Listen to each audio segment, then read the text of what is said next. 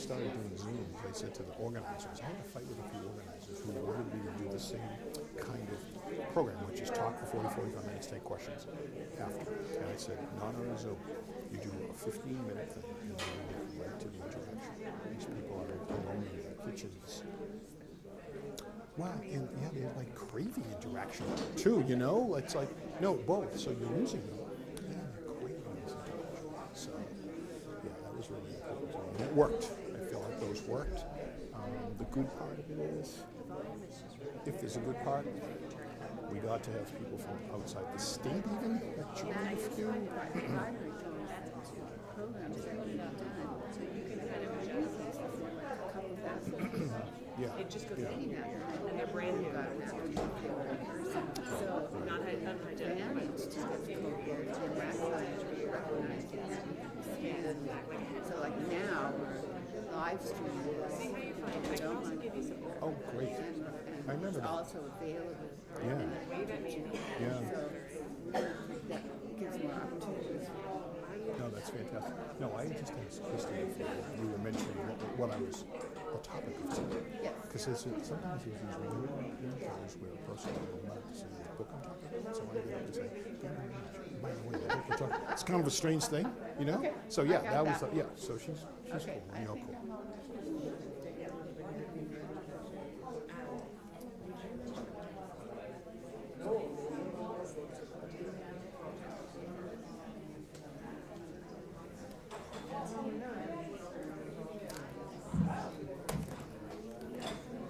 That's not gonna work. All right.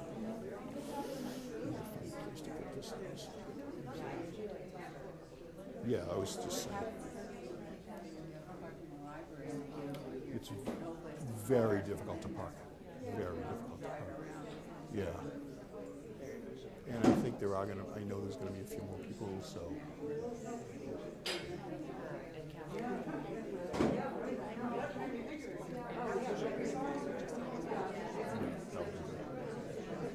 That work for you? Catherine with a C or a K? Catherine with a C or a K? I'll be sure to say thank you, Catherine with a C. No, I won't say that. Yes. Oh, no question. You guys. Listen, I always say this. This is me, right? I think my fourth or fifth appearance between the Thomas Graham and the Historical Society. One of my very early appearances on Dark Tide, almost 300 people at the Historical Society. It was crazy. And like, I think you can, I did it for Queens. So that's fantastic. So I'm one town away. It's like almost a second hometown. Wait a minute. Yeah. So it's always worth it. We do. It's beautiful. You know, it took a long time to kind of open up. But it was well worth it. So that was fantastic. Yeah. There's still some people hovering out here, so yeah. So that sounds good. Yeah, thank you. Hey, hello.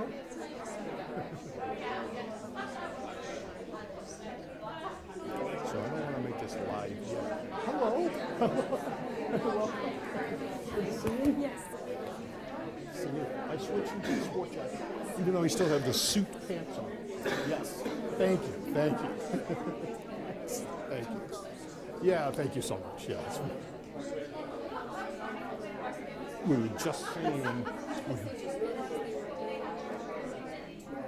Oh.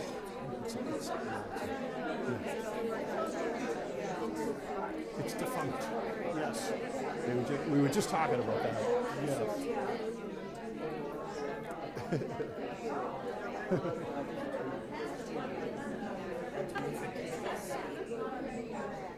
Much different than Cambridge, where it's, yes.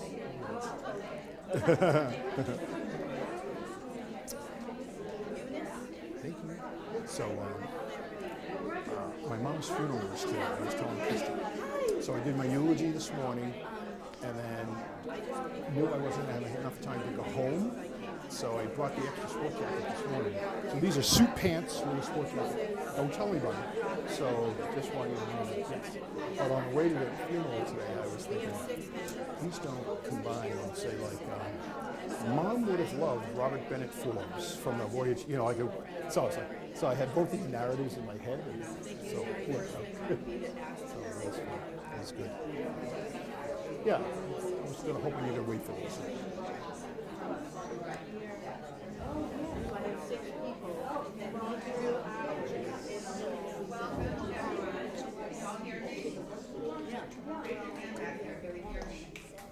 No?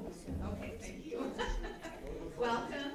We have a wonderful program for you tonight. We're happy to see you all here.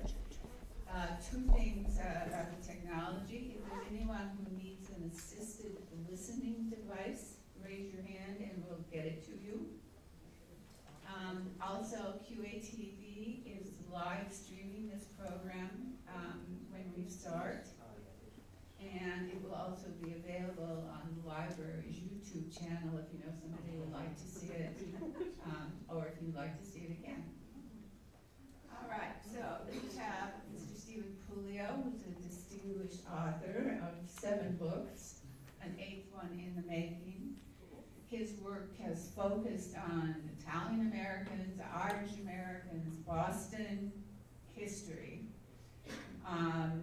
The books cover a variety of topics. My personal favorite is The Dark Tide, the Great Molasses Flood in the North End.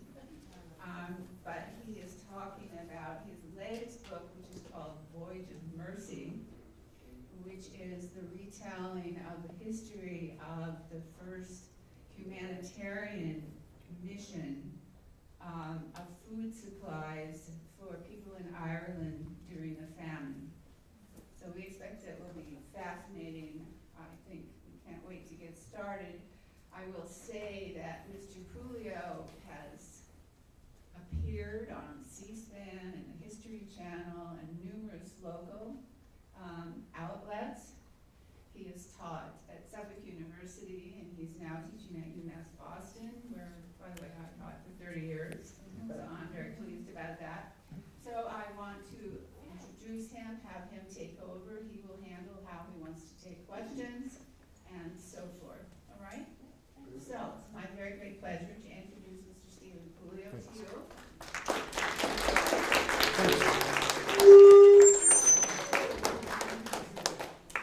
Christy's going to mute that mic so we don't. Done? We're gonna turn it down. Yeah. How's that? Can you guys hear me? Everything good? Thank you. Awesome. First, let me say I'm thrilled to be in Quincy. So I've already talked to a bunch of you before, so that was very exciting. This is my 632nd appearance as an author, and I think I've been in Quincy. Yeah, thanks. And I think I've been in Quincy 5 times now for 5 of my books between the Thomas Crane, and I love this library, the history of it. You guys should be really proud of this library. And the Quincy Historical Society, which is great. And one of my very early appearances, I think maybe appearance 5 or 6, definitely under 10, was at the Historical Society for Dark Tide, where we had a real great crowd. And I get lots of emails from Quincy, and I live in Weymouth, one town down, so it's almost a second hometown for me. And everybody has always been terrific. I talked to some people who have already bought books. I talked to, where's the lady from Martha's Vineyard? Where is she? Yeah. Talked to someone who's got a book club at Martha's Vineyard who wants me to come down, which I said, yeah, we'll do that. It's not bad. Not a bad appearance. So we'll definitely do that. And so it's just really nice to be here. Thank you so much. Catherine, thanks for the introduction. Also want to give kudos to Christy Lockhart, who has been my main contact on setting this up. And when you set these events up, right, there's lots of emails, right, that go back and forth, lots of organization. Christy knows this. I have lots of questions, just the way it goes. And she's been great to work with. So can we give her a round of applause? Yeah. Terrific. So the way I usually do these, and the way I'm going to do it tonight, if this works for you, is I'm going to tell the story, that story that we're going to talk about tonight, Voyage of Mercy. And I have a few things I do want to say, and then after we'll get to questions and answers. When we get to the Q&A, happens to be my favorite part of these events. I love it. I love it. You could talk about the book. You could talk about the story. You could talk about writing, publishing, research, any of that. Really, it's a no pun intended, an open book pretty much when it comes to authors. Really, no pun intended. So feel free to do that if that works for you. Does that sound good? Great. A little bit on the just the making of the book, Voyage of Mercy. The book came out in March of 2020, 1 week before we shut down, which is fine. Everybody's got their stories, you know. So I went into the Barnes & Noble, my home Barnes & Noble, which is Hingham, and the book had great placement, very exciting, loved it, et cetera, and then we shut down. And then when we reopened in June, late June, early July, I think the Hingham Barnes & Noble opened. And I went in there, and there's the book, and the book's in the exact same spot with like a thin layer of dust. Very surreal kind of a thing. But in any case, it worked out well. Thanks to support of people like you, the book did very well. Went into paperback on schedule in May of 2021. So the paperback's been out about a year now, which has been fabulous. So all good. If you're wondering, I saw a couple puzzled looks. I have two lav mics on tonight, two lapel mics. One is directly into the cable TV, and one is into this room. So in case you're wondering, I saw a couple people like, why is he wearing two mics? So that's what the reason is for that. So wanted to let you know that. So Voyage of Mercy. I described this book, this story, as really kind of two polar opposites. Right? Soaring goodwill and generosity amidst what I call unfathomable despair. So the unfathomable despair on one side of the ocean is the Great Irish Famine of 1846 and 47. When I say the Great Irish Famine, it's always important to distinguish that Ireland had many famines prior to the famine. It had many famines after the famine. But the iconic famine is the Great Hunger, as the Irish call it, that starts in the summer of 1846, continues for all of 1847 into 1848, and then the famine years, as historians will call it after that, that goes to about 1851. It's a devastating event in Ireland. Think about this, and I don't throw out a lot of numbers in my presentations because I don't use slides. I just like to talk with you. And I try to keep the numbers to a minimum, but there are a few that you should know. So prior to the Irish famine, the population of Ireland was about 9 million people. After the famine, it's just a little under 6 million people. So about a third of the country disappears.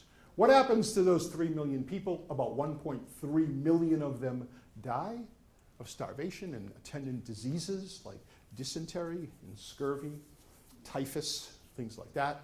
And about 1.6 million, almost 1.7 million, emigrate. They leave Ireland. The great Irish migration, the great Irish diaspora, right? Many of them go to other parts of Europe. Many of them go reluctantly to England. Many of them go to Canada, but the majority of them come here to the United States.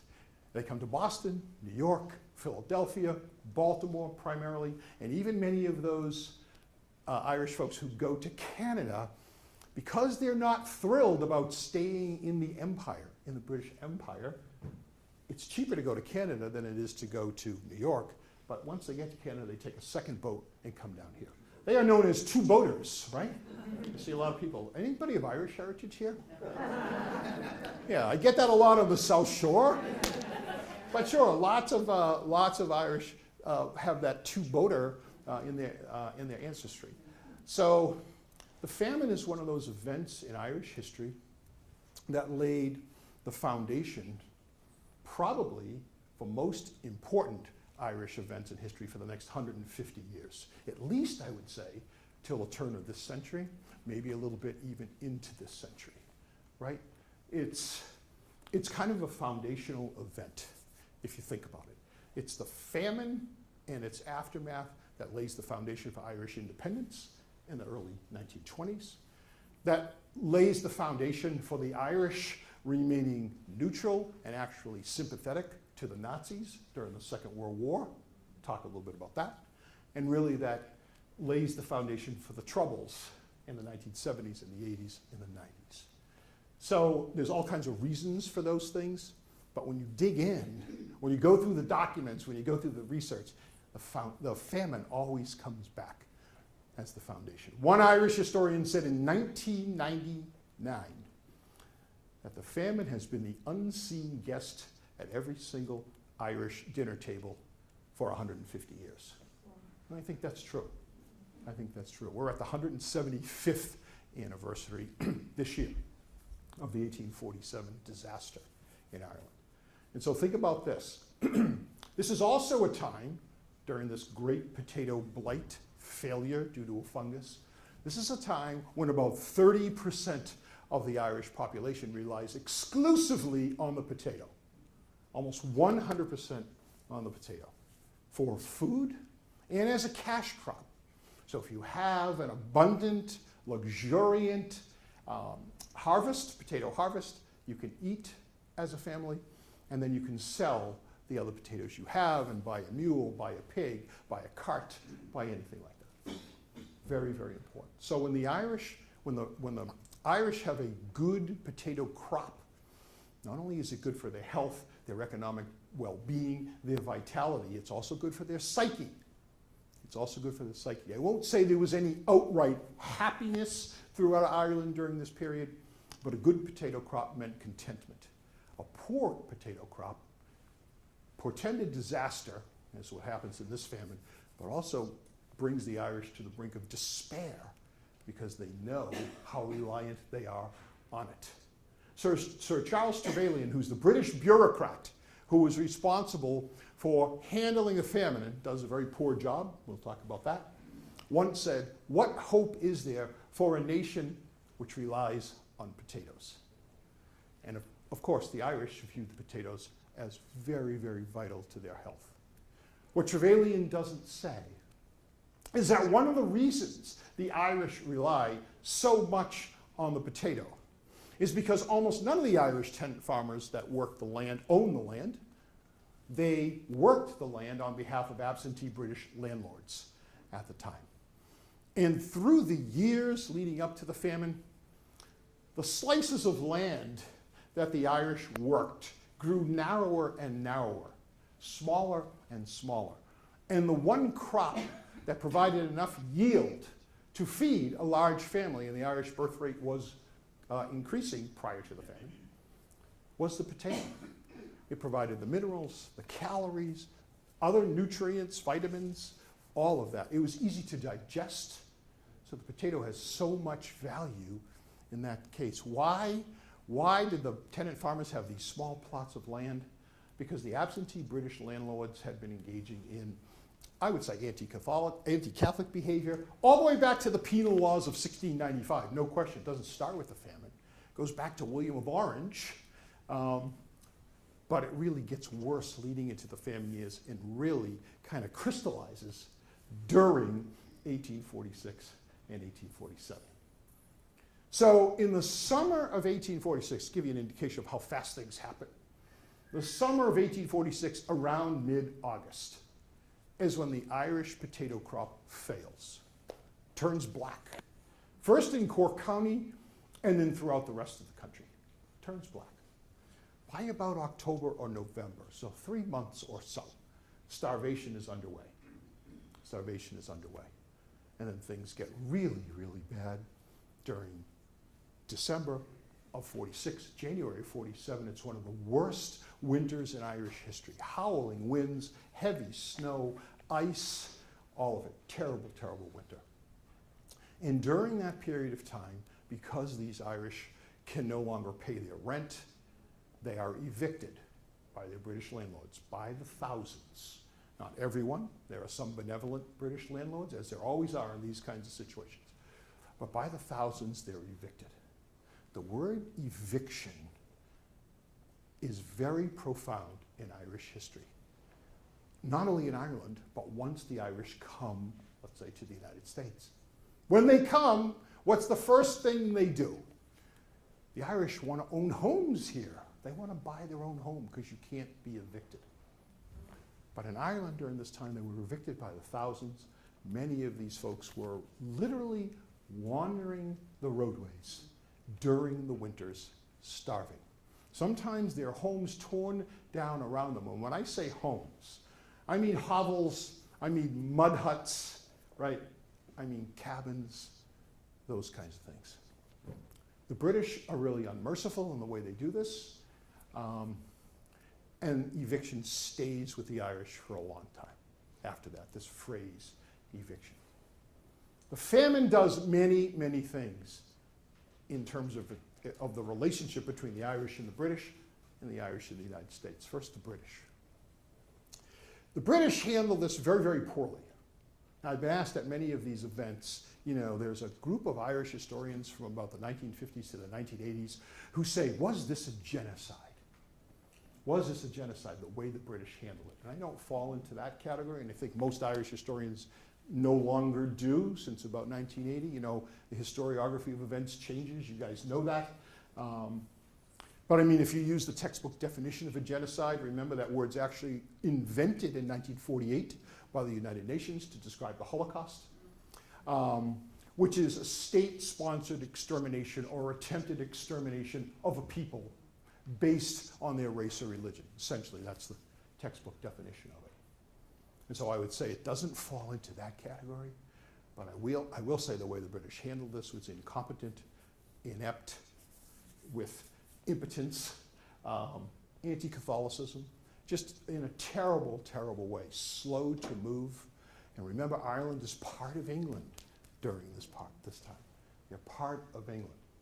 But the British do very, very little. And when they finally do something, when they finally open up soup kitchens in Ireland, April of 1847 into May of 47, a good 6 months into the starvation, it's too late. Too little, too late. The British don't want to disrupt their corn markets, as they're called, their exports. Very, very important there that they want to kind of keep things moving from an economic standpoint. They have a very laissez-faire attitude towards the way they want to handle their economy. And of course, they have this real burning anti-Catholicism towards the Irish in this period of time. So one of the things that seared into the memory of the Irish people during the famine, right? When you have these events, you know, you can quote statistics, you can read about it, but one of the images that kind of gets passed down, I would say not only in the history, but in the folklore of the Irish famine, right, is there were times in this winter when men, women, and children starving along the roadways would see a cart filled with other kinds of grains, guarded by British troops, on their way to ports to be exported out of Ireland. So there is food that gets exported to a great extent in the midst of this starvation. That's what's happening during this time. It is not a good scene. The British have a lot to, in this period of time, had a lot to answer for. They've talked about this, the British, over the years. I think there's kind of even a reckoning in Britain on the way that this was handled. But it does, as I said, affect Irish-British relations all the way up to the turn of the century, a little bit all the way, I think, till now. The thing I use is this World War II piece, which is fascinating to me. Like, I think it's worth a book on its own. I'm not doing it, but I'm just saying. I don't want you to think that's the topic of the next book. But this World War II thing is fascinating to me. So even when Winston Churchill, Britain is standing alone in 1940 and the first half of 41, and Winston Churchill reaches out to the Irish and said, you know, can you join us in our efforts against the Axis? The De Valera government says, no, not interested because of that issue that has been there since the famine. Irish troops finally, in some cases, defect from Ireland because they want to fight on the side of the British. They're basically called traitors. They're prosecuted if they're caught. They are not fully pardoned. These members of the Irish Defence Force are not fully pardoned till 2012, 10 years ago. Just to tell you about the long-term effects of this thing. 10 years ago, they finally get pardoned. It becomes a really huge issue for many ordinary Irishmen after December 7th, 1941, when the United States enters the war, right? It's no longer just Britain's war. It's no longer the hated British on whose side we will be. Now it's the Americans. And the Irish relationship with the United States is a very fond one, a very strong one, in large part because of this mission, this story, and continues really up to this day. So that whole World War II thing is fascinating. Keep this in mind. There's about 7 countries during the Second World War that are, quote, neutral. You know, Switzerland, Spain, Yemen. Ireland's one of them. Ireland's one of them. And again, you had tension, not just between Irish and British, but tension between the Irish government and ordinary Irishmen who, again, after the United States gets into the war, want to go on the side of the United States. But that's just one of those byproducts of the famine. And I think is so fascinating. That's the underlying reason for it. Other side of the ocean. We're moving to the United States. Welcome. Other side of the ocean. The US response to this is extraordinary, unprecedented. Just an amazing, as I was going through the research, just amazing to see during this period. So, at first, there's a little skepticism in the United States. Some of the Irish parishes, the Catholic parishes in the Boston area, in New York, sometime around October, November of 46, ask their parishioners to contribute. There's a little bit of boy who cried wolf mentality because the Irish had faced, these mini famines before, and the people of the United States, even Catholic parishioners, are wondering, well, how bad can this possibly be? So there's a little reluctance. But in January, around January 20th of 1847, the first couple of ships arrive in Boston and arrive in New York from Ireland. And word goes around quickly about how bad things are in the country, how the starvation is. Children especially really affects everybody. Ultimately, there's about 500,000 children that starve in Ireland during this period. But the word is going out. So very, very quickly, and this happened in a snap, very, very quickly, in Boston, the Boston city leaders hold a meeting at Faneuil Hall. Several hundred leaders in Boston hold a meeting. And a ship captain, an experienced sailor by the name of Robert Bennett Forbes, one of the main characters in this book, we'll talk a little bit about him, puts forth an idea that basically says this: how about we petition our congressman to put a bill in front of Congress that allows the conversion of 2 warships. We retrofit those warships, we take the guns off, we collect food in Boston and New York, 2 big cities, 2 important kind of cities, and we send that food to Ireland. The Boston people do that. The Boston congressman petitions Congress very quickly, and in February of 1847, Congress is debating this issue. They very quickly vote to turn these 2 warships over to private captains, Forbes and a captain in New York City. First time it's ever happened that they decide to decommission 2 warships and make them ships of mercy, if you will, to go to Ireland. They also are debating in the floors of Congress, contributing about $500,000 in cash to Ireland, that this may be helpful. President Polk gets word to Congress and says, if you put that bill in front of my desk, I am going to veto it, because I think it's unconstitutional to give American money to another country. Number one.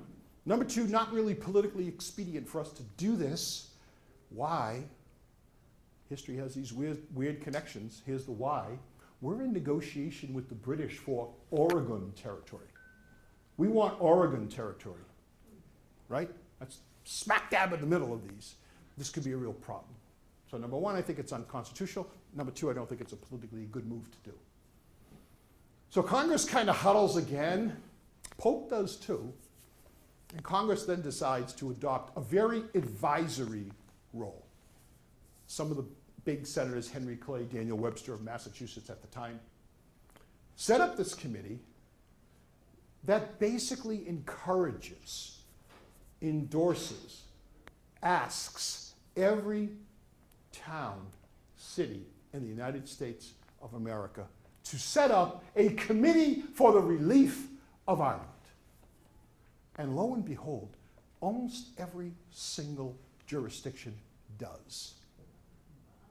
Big cities do, Boston, again, Boston, New York, Baltimore, Philly, right down the coast. Towns do. Small towns along the Mississippi, like Steubenville, Ohio, along the Ohio. But towns and frontier outposts along the Mississippi.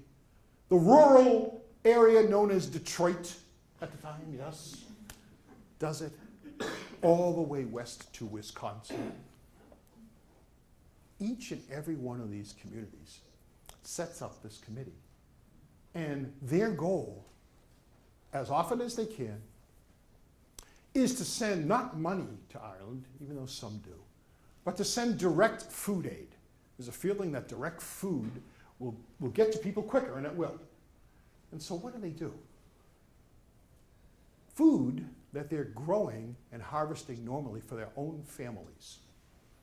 They put into burlap sacks, they dried it, they cured it, they salted it, all of that, put it into kegs, put it on small boats that went along the Ohio River and the Erie Canal to the big port cities and shipped it to Ireland.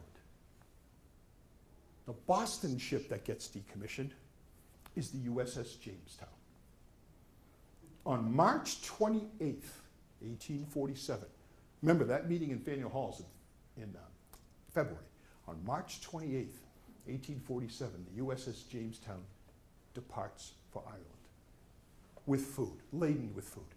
It is the first of 150 ships that would leave the United States for Ireland over the next 16 months, till about July 4th of 1848. It is a remarkable effort. It has never happened before. Think about this. I want you to think about this, right? This is a period of time when nations went to war with each other.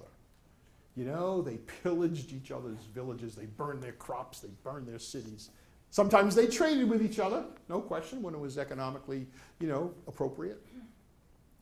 But this notion of the people, especially, of one nation, helping the people of another nation on such a broad scale, there were little individual pockets from time to time, but on such a massive scale, unprecedented. Had never happened before. People ask me, when I talk about this book, why? Like, what prompted the United States, the people of the United States, to do this? Where did it come from, this window in which they gave so much? I mean, think about this. When you guys do charity, when you contribute to charity, what do? You write a check, you go online, you make a contribution with your credit card, maybe you bring food down to the food pantry. All very generous things to do, for sure. What prompted these people to literally take food out of the mouths of their own family and send it to people they'd never met before in Ireland? So when you kind of write history and research history, you put a lot of things together, and I think really there are several things that came together, converged together to create this perfect moment for the United States to make these contributions. Number one, in the Northeast, among progressives in the Northeast, there is a great deal of what I call progressive guilt about the Mexican War and the recent annexation of Texas, right? Most progressives in the Northeast view the annexation of Texas as kind of an extension of slavery, a move to extend slavery, sort of right for the most part. And there's a feeling that this is something that we can do to atone for it, to atone for it. That's one. Number two, we're in the midst right now of the second great American reawakening, right? 100 years or so after the first. led by mostly the Protestant churches, although there's other denominations that come in. And there's a feeling in this second great awakening that we need to do something to help our fellow man, more to help our fellow man, that ordinary people can do more to help their fellow men. And so that's happening. 3, we're in the midst right here, 1846, 1847, 1848, of all of these reform movements.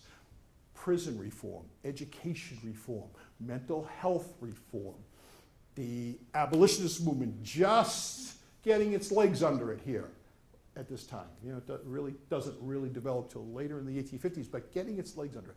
The women's suffrage movement just in the early years.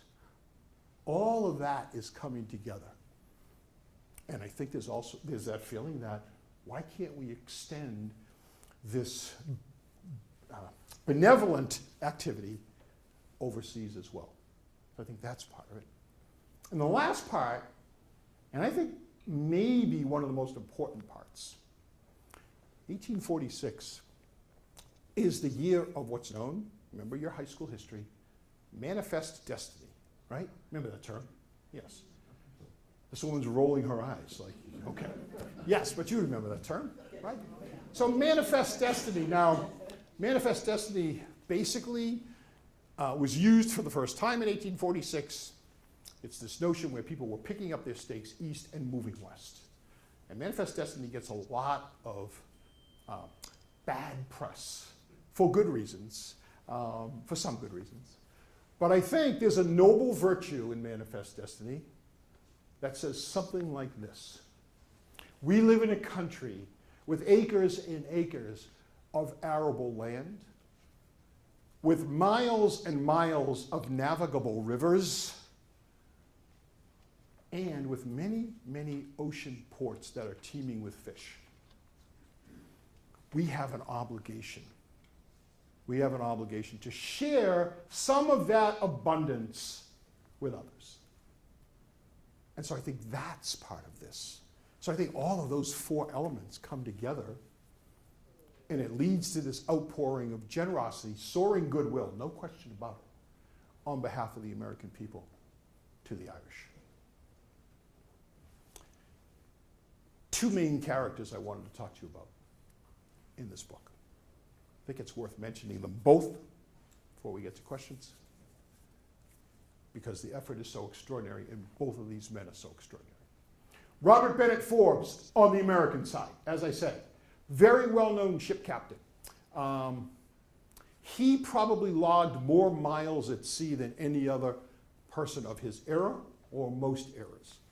He talks himself about between his ages of 17 and 27, he was on firm, dry land for about 6 months, in that decade, for about 6 months. Now, you think of this person, Robert Bennett Forbes, with a name like that, the first thing you're thinking about is, he was born with a silver spoon in his mouth. He's a Boston Brahmin from old money, et cetera, et cetera. I can see your mind. Yes, this woman's nodding. Yeah, I can see your mind working. But I'll tell you, nothing is really further from the truth. Robert Bennett Forbes is one of these extraordinary, literal self-made men. He takes his first transatlantic voyage at the age of 6, when his mother takes him and his brother across the ocean, harrowing voyage across the ocean to chase their ne'er-do-well father, who has kind of run from the family with the excuse that he wants to make some money. They go after him. At 13, he's a cabin boy on a ship to China. At 20, he commands a vessel to China, both in the mercantile trade and in the opium trade, which is legal at that point. He becomes a millionaire by the time he's 30, loses it all in the Panic of 1837, is destitute, and gets it all back by the time he's 40. Really one of these swashbuckling guys that Hollywood could make a movie about, no question about it. No question about it. He and his wife Rose, they're married in 1834. They lose 2 children very quickly, back to back. They finally have a child that lives.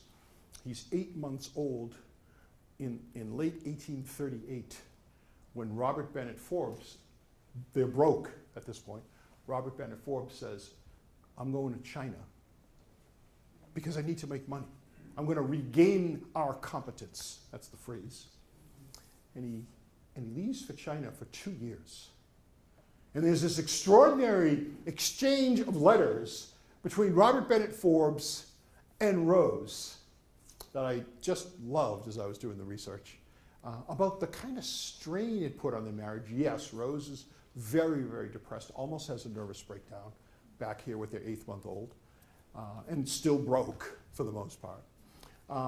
But I think their marriage actually becomes strengthened in some ways with these letters, this communication back and forth, and they share very intimate details. And it's really interesting, you know, today we would maybe text back and forth, whatever, but in this time it took 4 to 5 months for these letters to pass. So Robert Bennett Forbes says to his wife, and just kind of emphasizes, please number and date your letters. So I know what I'm responding to, so I know what you heard, what you did, so we can keep track of everything that's going on. Really this great cache of letters. Forbes comes home, gets home safely with money in 1840. And Rose pretty much says, okay, you're staying home for a while. We're going to raise a family. They do. They have 3 children until this 1847 meeting when Robert Bennett Forbes says, I will volunteer to command the Jamestown. I will lead this mission to Ireland. And when his wife says, why are you going away again? Forbes says this, it is not an everyday matter to see a nation starving. I need to do this. And he does. And he does. Now, he has to assemble a crew for this Jamestown mission. Many of the most talented, experienced sailors and seamen are at war at the Battle of Veracruz in the Mexican War, right there. They're doing their thing. So he's able to get a few experienced officers to help him, but then he puts together this ragtag group of sailors, who many of whom have no experience. So he puts an ad in the paper, basically, looking for people to do this mission. He gets tons of letters. I read all of them. And they're often these letters from people who say, I am a cook, I have no experience at sea. I am an accountant, I have no experience at sea. I am a saloon keeper with no experience at sea. Often, over and over again, he puts together this ragtag bunch, trains them in a matter of a couple of weeks, along with his officers. He's got experienced officers. And then they depart on March 28th. It takes them 3 weeks to get to Ireland. The first couple of weeks, 9 days, 10 days, first 10 days, let's call it.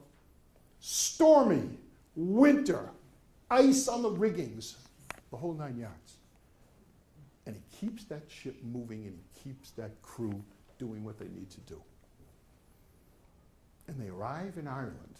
When you see the cover of the book later, if you haven't seen it, they arrive in Ireland at County Cork, the most hard-hit county by the famine, and the place where the Boston Committee has designated its supplies to go to. He arrives there. The people know he's coming. There's been newspaper articles that Forbes is on the way, that Jamestown is on the way.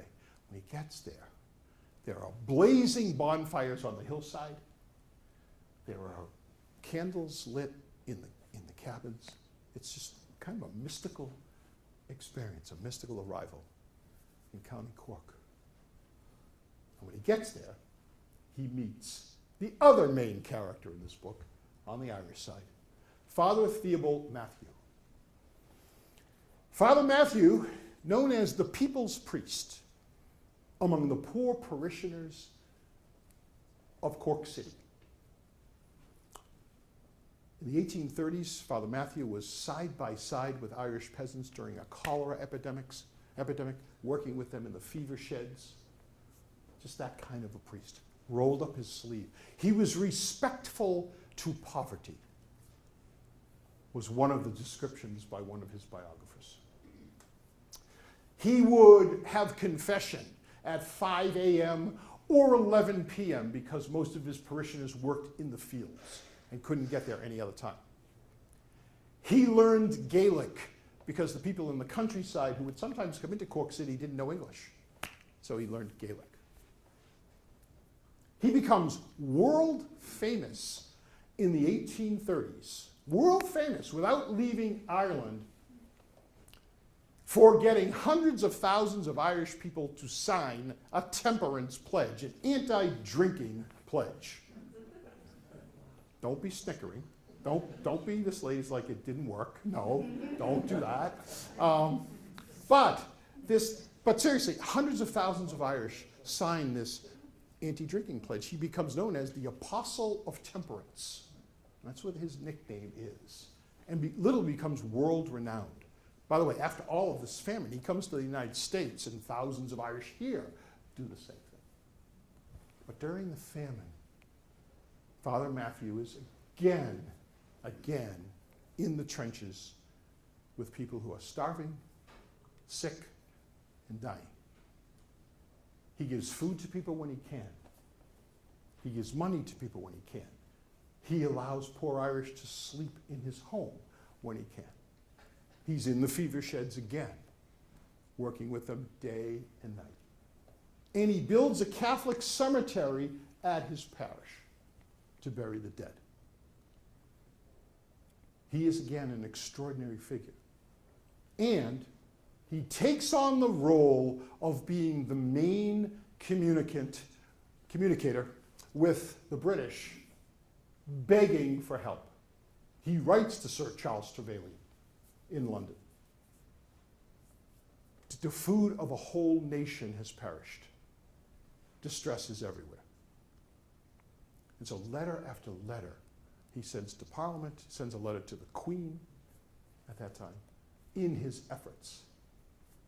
And so when Forbes and Father Matthew meet, and they finally meet in Cork, when Matthew boards the Jamestown after it docks, and they shake hands.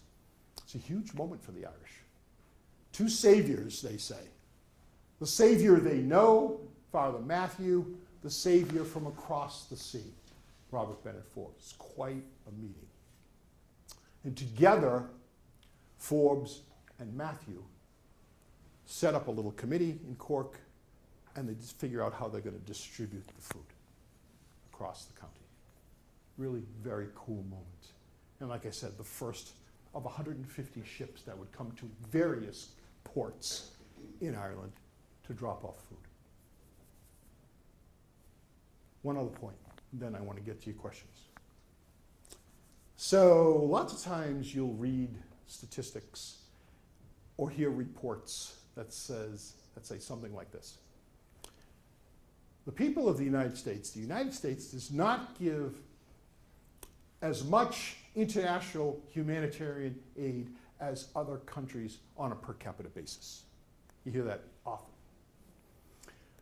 And I will say this, the Jamestown Mission sets up the model, the public-private partnership model for United States charitable giving on an international basis and even a domestic basis that we use today.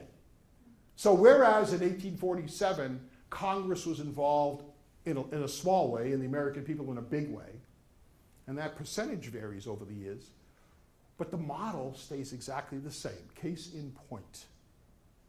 The last figures available for dollars contributed in humanitarian aid, this is not to be confused with defense spending to other countries, but in humanitarian aid, 2019, the United States gave $120 billion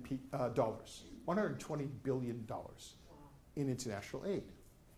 50 billion of that came from the United States government. That is to say, your tax dollars, by the way. But the other 70 billion comes from you, not just you, comes from you in this private model, when you contribute to the United Way, when you contribute to Catholic Charities or Combined Jewish Philanthropies or any other NGO or your workplace, it's a private model. And we still use that today. We have used it in catastrophic circumstances. The explosion in Halifax, Nova Scotia in 1917, right? Yeah, there's a government response, but it's mostly the people of Boston who make the contributions. The Berlin airlift in 1948, right? Berlin is surrounded by the Soviets. Yeah, the Air Force is part of the planes that allow food to be dropped, but the food that's contributed is almost all privately contributed. The Chilean miners, remember them trapped in 2010? Yeah, there's a government response to some extent, but it's American equipment, private technological equipment that was used to get those miners out.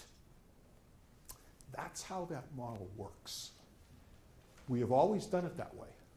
So that when you hear those statistics or those reports that say the American people aren't as generous, or America is not as generous as other countries, know this: those statistics almost always are based on government contributions. Government contributions. Other countries do not have this kind of a model. That's not to say there's not private contributions in other countries. But the fact that if you take that 120 and 70 is private and 50 is government, that doesn't happen in other countries. So know this, people in Quincy. You're a generous group of people. You should know that. And the United States and the people of the United States are continuing to be a very, very generous people. So thank you very much. And let's get to questions. I'm ready. Thank you so much.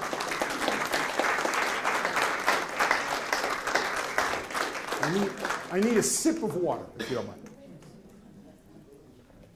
Now, when we do these questions, guys, I will repeat the question.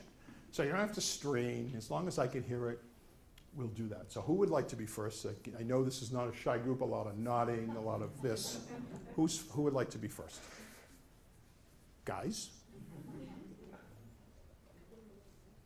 Yeah? Yes? May as well be me. Yeah, why not? Can you address the famine or the blight, the potato blight that still exists in Ireland today? So can I address the blight that still exists in Ireland today? They still have that. Yeah, protection. they do. They have it. Although I will say this, so the blight that hits in I can say this, the blight that hits in 1847 is it's so severe that it's almost a complete mystery to them. It damages not just the roots, if you will, but the shoots of the plant is I think how you describe it, so that wind could actually blow the blight onto the shoots. And it was a very kind of mysterious thing that almost nobody knew.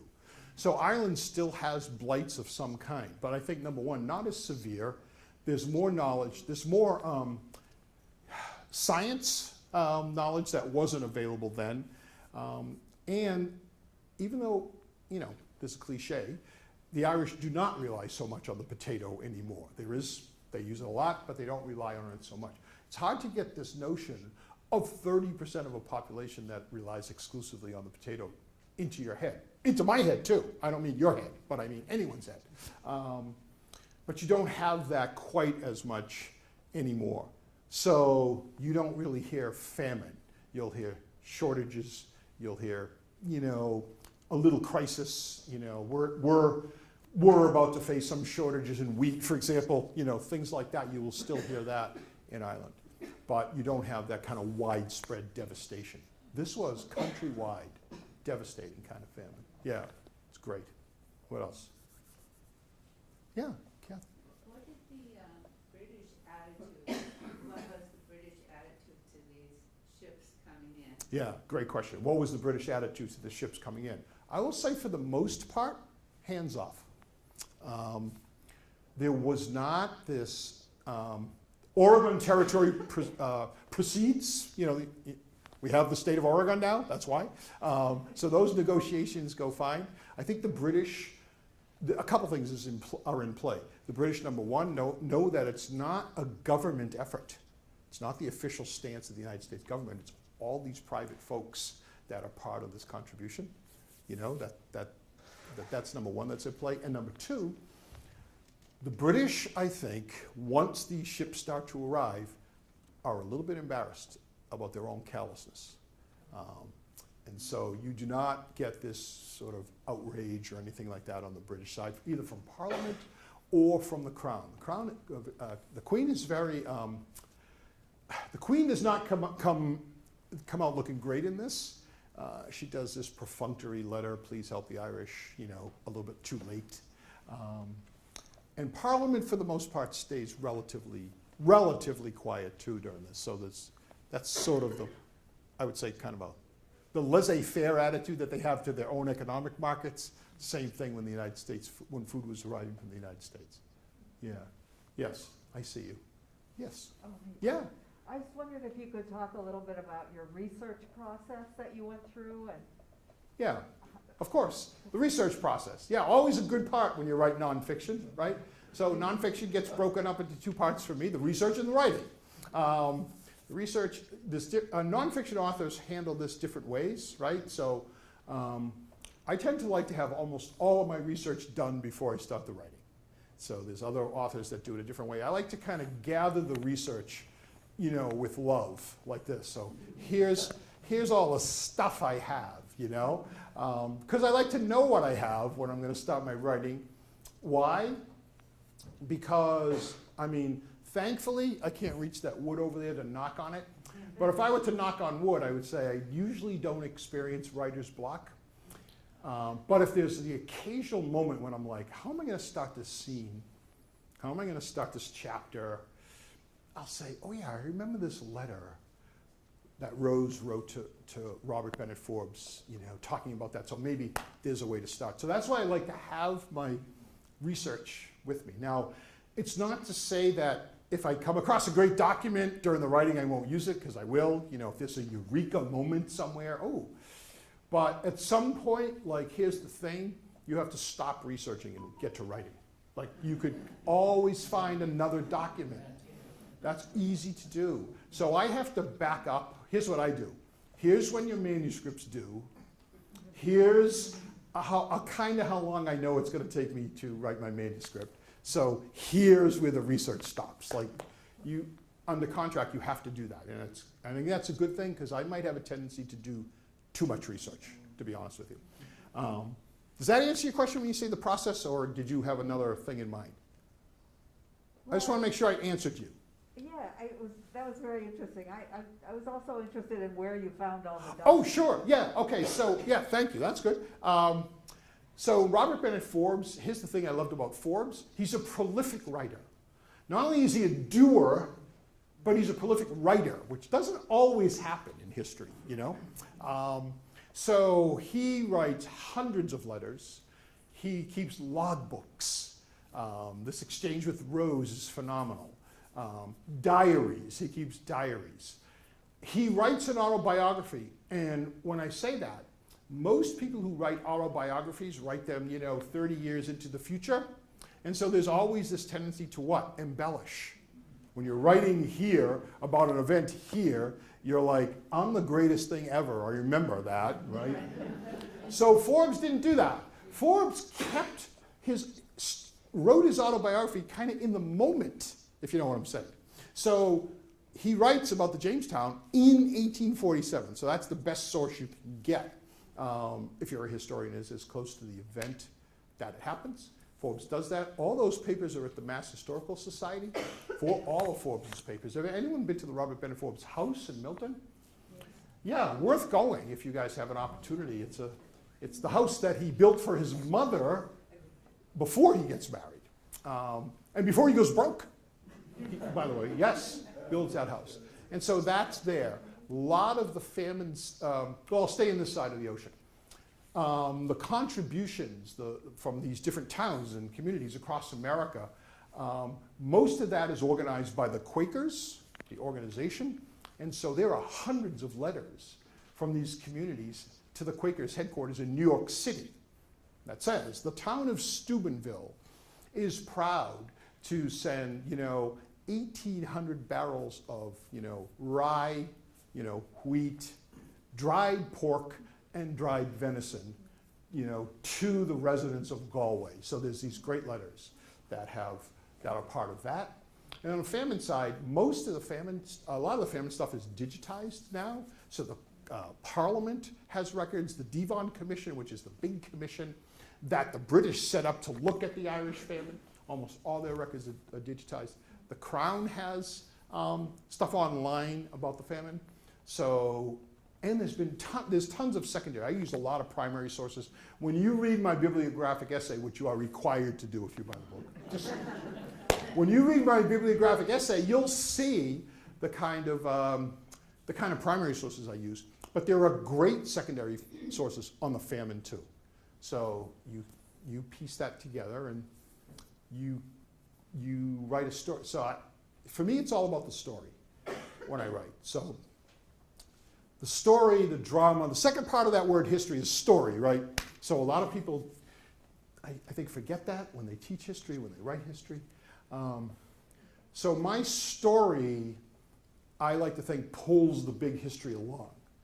So I want you are learning the big history. Here's my hope when I'm writing. You are learning the big history almost in spite of yourself because you're enjoying the story so much. Like, that's my goal. If you're sitting down and saying, what is your goal as an author? That's my goal for you, is to read those 3 or 4 or 5 pages before you go to bed at night. My book on your nightstand. This is what I'm visioning. My book on your nightstand. You read 3 or 4 or 5 pages before you go to bed, and you're saying, wow, I love this story. And then you wake up the next morning, and you say, oh yeah, that's right. The Irish were kind of supportive of the Nazis during World War II, like that. That's what I'm trying to do. So that's my process. I know it's a long answer, but I get very excited about these things, Yes, sir. I've heard that I know England downplayed the horror of the hunger of the Irish, and then when Captain Forbes came back to the States, he put in the media and how the whole country responded to that. Yeah, so you're exactly right. So when Forbes comes back, he actually writes, I want to say it's about 70 pages, a summation of his mission, and does talk about how bad conditions are in Cork, and that he doesn't really get outside of Cork, but he hears enough from other counties. Matter of fact, when he gets there, he hears from pastors in other counties that say, hey, can we have some of that food that you have? But he stands firm on that and says, no, the people of Boston and New England, it's actually called NECRIS, the New England Committee for the Relief of Ireland and Scotland, because there's Scottish partial famine in Scotland too. The NECRIS committee has designated that all of the Jamestown food is going to Cork. So he stands firm on that. And then those other ships that follow go to many of the other counties. Yeah. Another thing too I want to mention,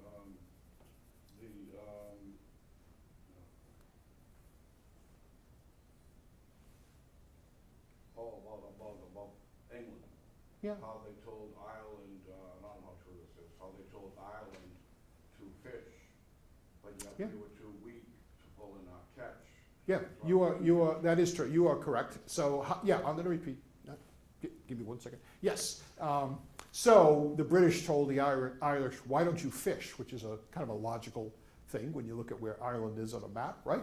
But a couple things were going on. Number one, the Irish at that point were very weak, so that's one. But I think the two main things that had happened is, prior to that, during some of those mini famines, some of the Irish did try to fish. Fishing is very difficult off the coast of Ireland. Extremely difficult, very hard to do. Have to be extremely skilled to do it. Two, lots of Irish, as the famine hit, sold some of the ships they had for cash because they had no cash crop. So I think all that comes into play. But Ireland is one of the most difficult countries in the world to fish off of, from what I understand and from what I've read. So I think all those factors came into play, that fishing really wasn't an option, despite the fact that here you are surrounded by water, Yeah. Thank you So, very much. yeah, you're very welcome. What else? I saw another. Okay. We'll go here first, because the front row sometimes gets ignored, because I try to work from the back up. Yeah. Forbes personally did only the one voyage? Yes, Forbes did make only the one voyage, but I'll tell you this, and I talk about this in the book too, he's a real hero. Later, after this, I think it's 1849, he's on another quick trip to England when his ship collides with another ship. He's not the captain, he's a passenger. His ship collides with another ship. Forbes jumps in the water attempting to rescue people who went into the water. Like, he's a hero. You look, when you're a historian, you want to be, naturally skeptical, I'd say, and try to build this character as properly as you can. But the guy's quite a guy. So, yeah, another great question. Yeah. Wait, did you already ask me a question? You did. Let me go to someone who hasn't asked me, and then I'll come back to you. Is that okay? Yes, sir. Yes. Robert Bennett Forbes had a Quincy connection too. Yes. Later on, he was the founder of Sailor's Dock Harbor in Germantown, Oh, I did not know that. which was He's the founder of what?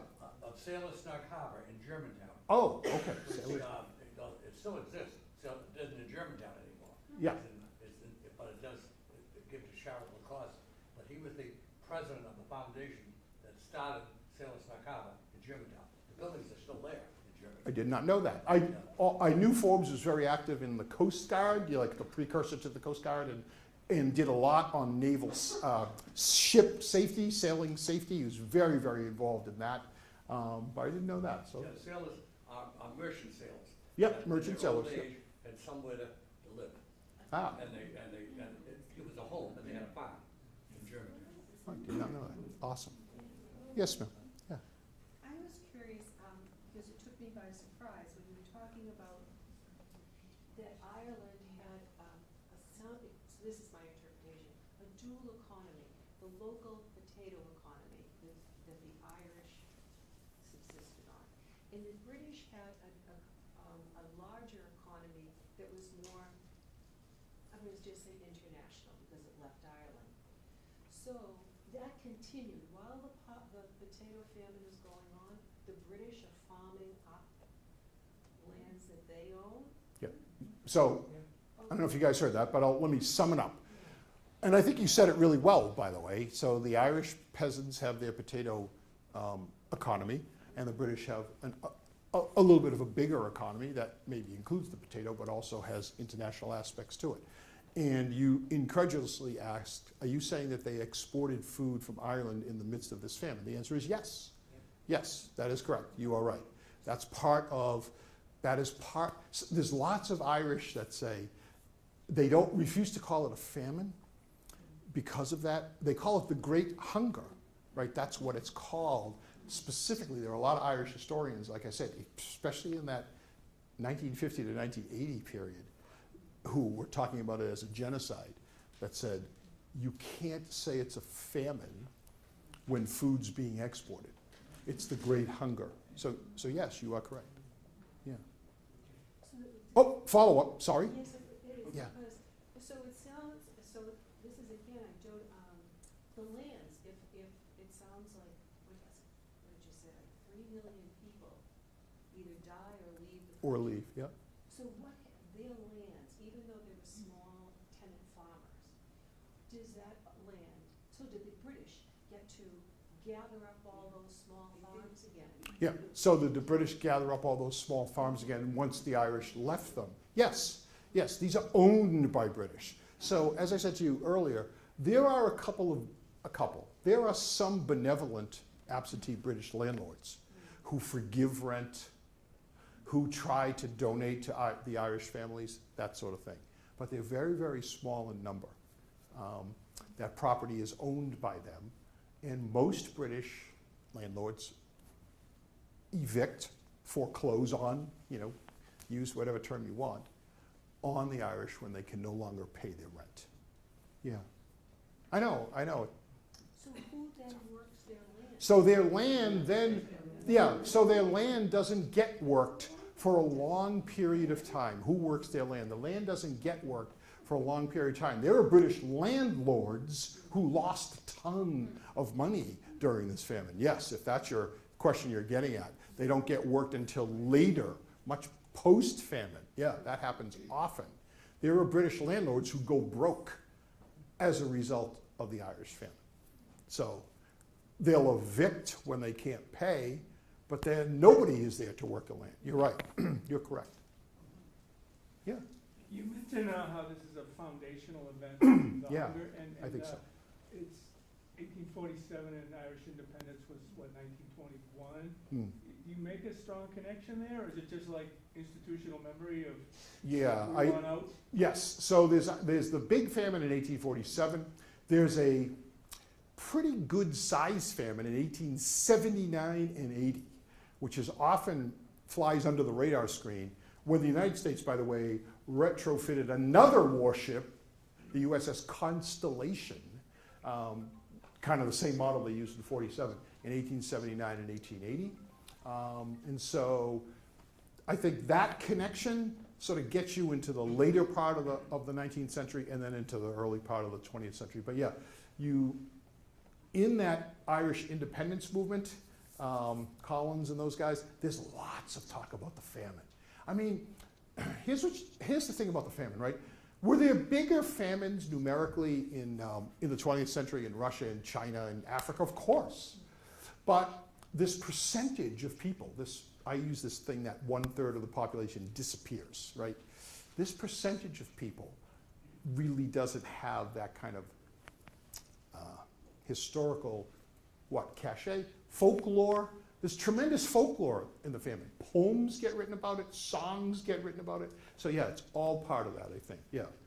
Yeah, great question. Is there any connection to why Northern Ireland didn't get involved in the independence? Well, did they not have the famine, or? No, they had it, but not as bad. Most of the famine is in the South.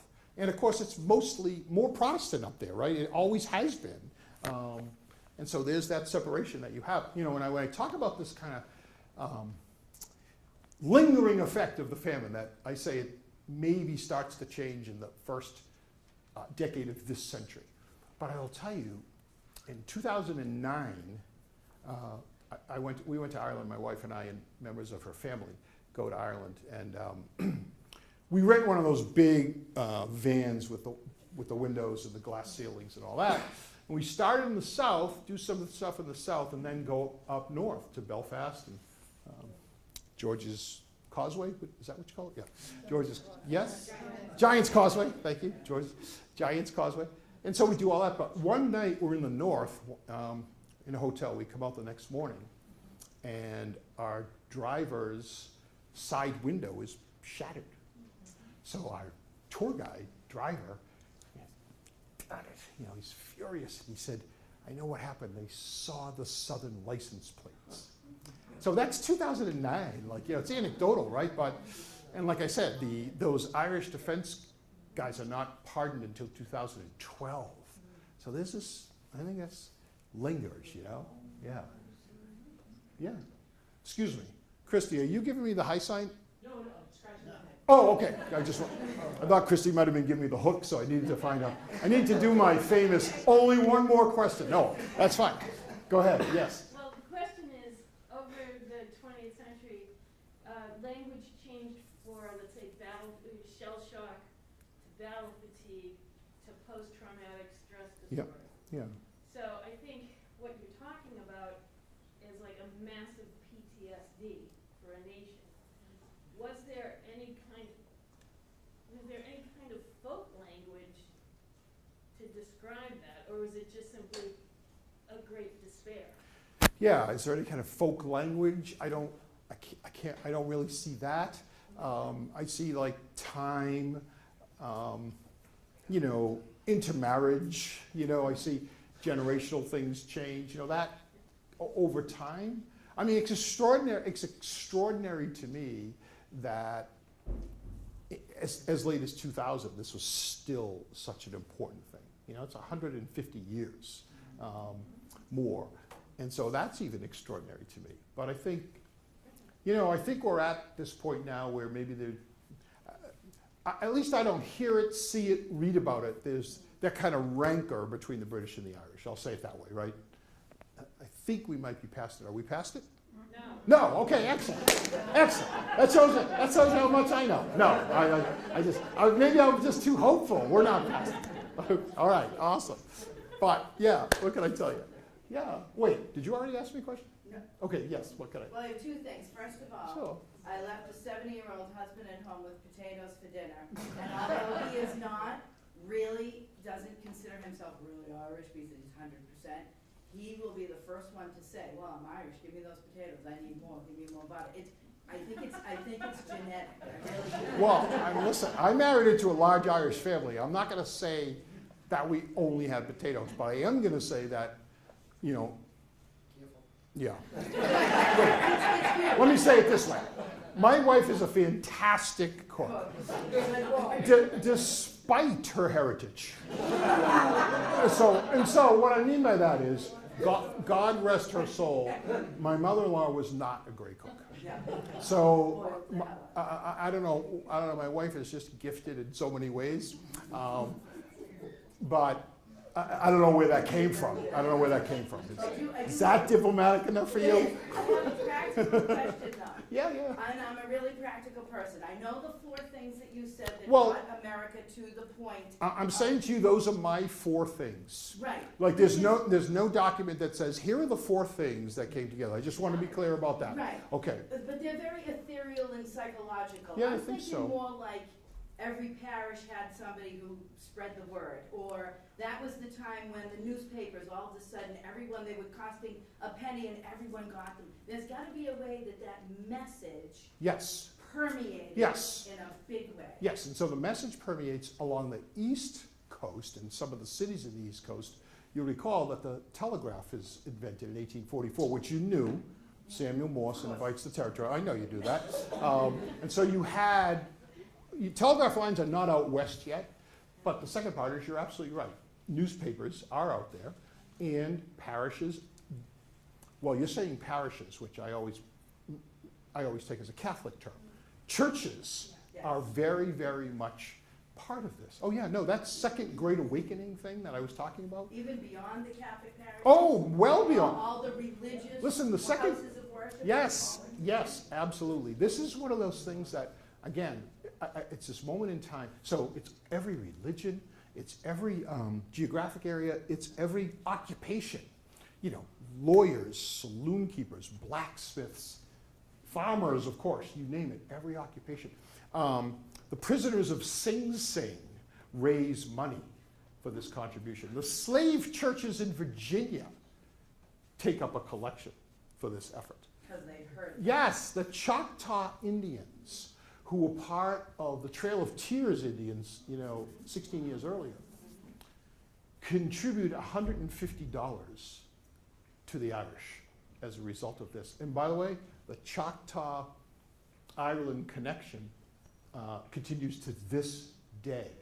In 1995, Mary Robinson, who was the president of Ireland at the time, is invited to join the Choctaw Elder Council. She's the first woman that sits on that Elder Council because of the contributions that they make. And during this pandemic, this past pandemic, the Irish contribute to the Choctaw Nation and to the Navajo Nation here in the United States. So that connection happens, right? So, yeah, isn't it amazing? Yeah, I'm stunned by this. Yes, I'm still stunned by it. I wrote the book on it, and I'm stunned on it. Yes, sir. Yeah.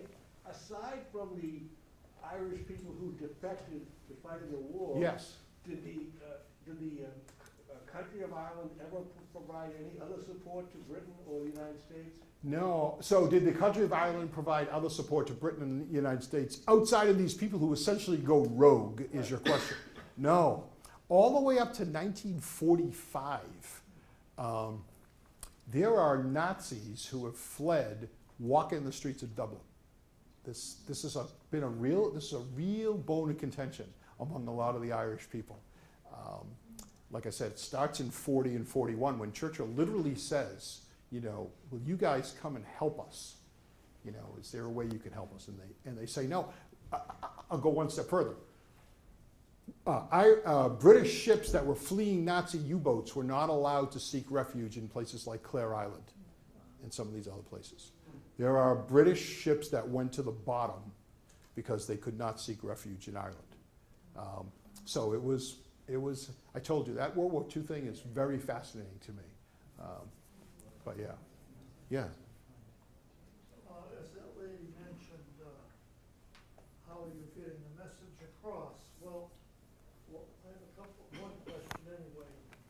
can you tell us the style of your writing? Is it like a historical novel? And I'm thinking of Johnny Tremaine. For years, I taught that. Yeah. I love that book. Yeah. Is it kind of like that? Is there a story to it? Yeah. Yeah, I can answer your question. So the question is, how do I write? What's my style? Is it like a historical novel?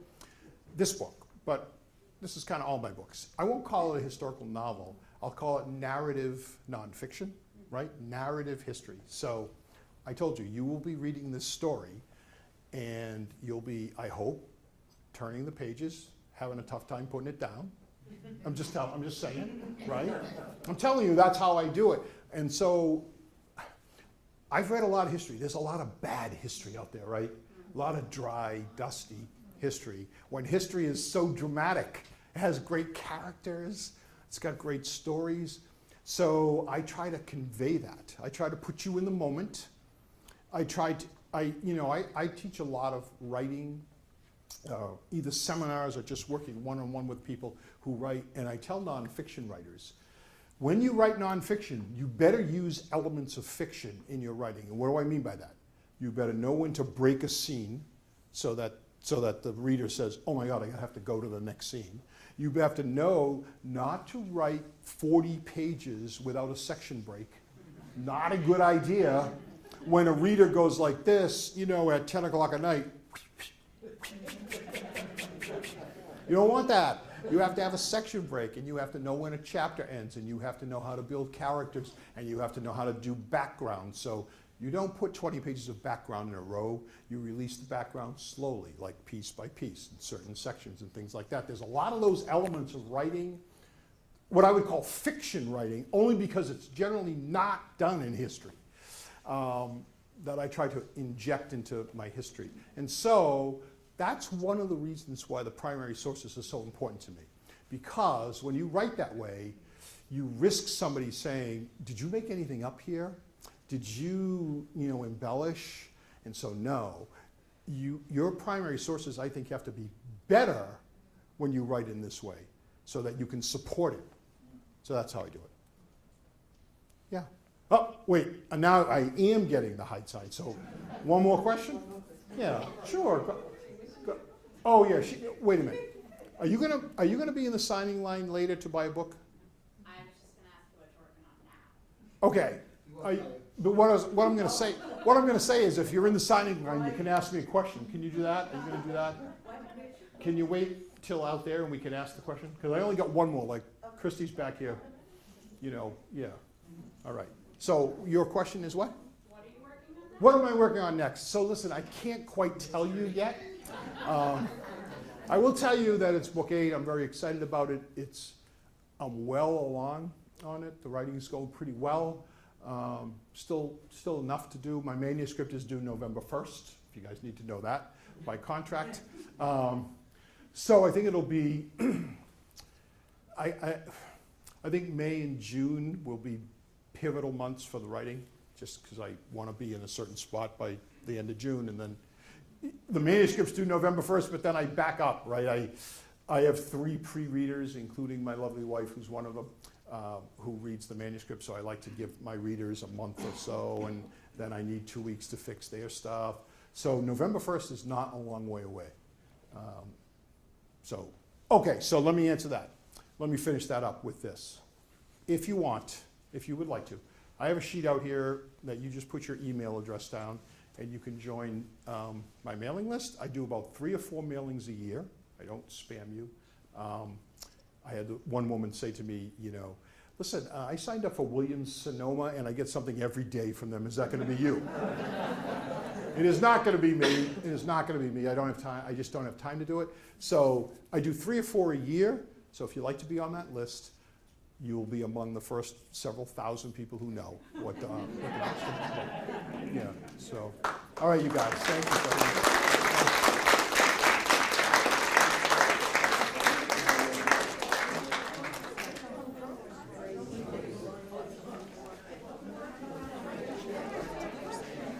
Yes. No, I'm glad you did it. That's yours. This is his. That's mine. Can I ask Walk out here though. Walk out here.